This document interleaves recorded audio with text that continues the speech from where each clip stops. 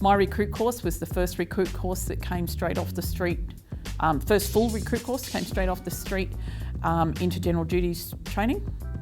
Our course actually produced one commissioner, assistant commissioner, and a number of other specialists. I'm the last member of the course that's still serving. AFP were actively recruiting women. That was one of the attractions for joining. To actually join. It was really interesting times. I mean, I come from a family background. My father was New South Wales Police, 35 years. We were living in Queanbeyan. Even he pointed us towards the AFP, which did result in myself and both my sisters joining as well. So, he was the one that actually sort of thought AFP were really offering them opportunities. Look, it was a secure job for women as well. It was one of those opportunities that was secure. That, at the time that was hard to get. A lot of women were struggling, like doing clerks and other jobs and things like that, really administrative type roles. I actually liked the idea of joining at a young age, particularly for women. I think, you join when you've still got that passion to do something new straight out of school. And you sort of, so many opportunities that sort of afforded, even before you start a family or any of those things, joining young was a really positive thing for me. I did do a little bit of work in the ACT before I went to Darwin, which was, Darwin proved to be a massive opportunity for me. I got to Darwin originally as general duties at the airport. I remember that we first got there was this influx of women, and suddenly Darwin had 7 women. They'd gone from 1 or 2 to having 7. It was really positive thing up there. So they were also then looking to try and get us into other fields. I was lucky in getting opportunities to work in Ports Watch, general duties, the Criminal Investigation Bureau, Intel. I also was really fortunate to be picked to go into the Combined Drug Enforcement Unit with the NT Police.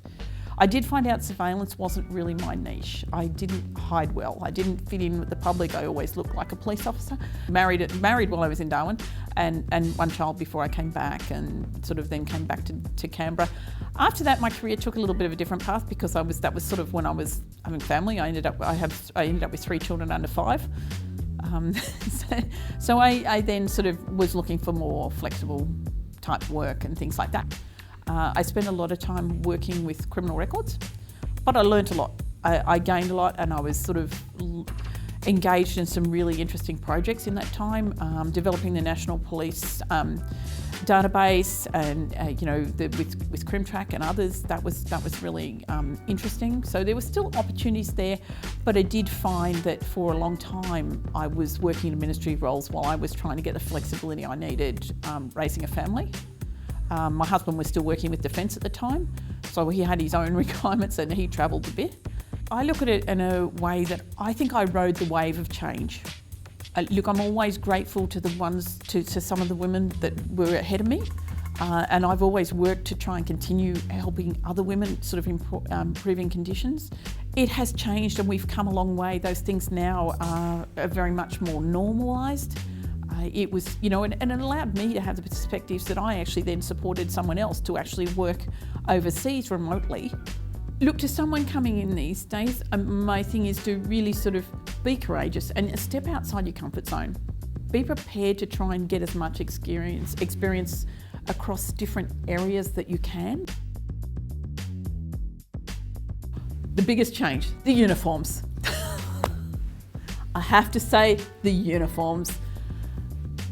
The lovely blue jacket and skirt that we wore with the court shoes, the black handbag that carried all our accoutrements. Yes, that is the biggest change. Carrying all our accoutrements in our handbag, we always joke that you would throw the handbag at someone rather than try and find your gun or your handcuffs in a handbag. What I'm most proud of, I think, is actually being here. Being here almost 39 years later. Being here now, raising 3 children who are now all independent and successful in their own career paths. Still being married after almost 35 years. I think that's also, so I think, having to piece all that together, And being with the AFP for 39 years, I think that's what I've got to be proud of. Find your own path and make your own story.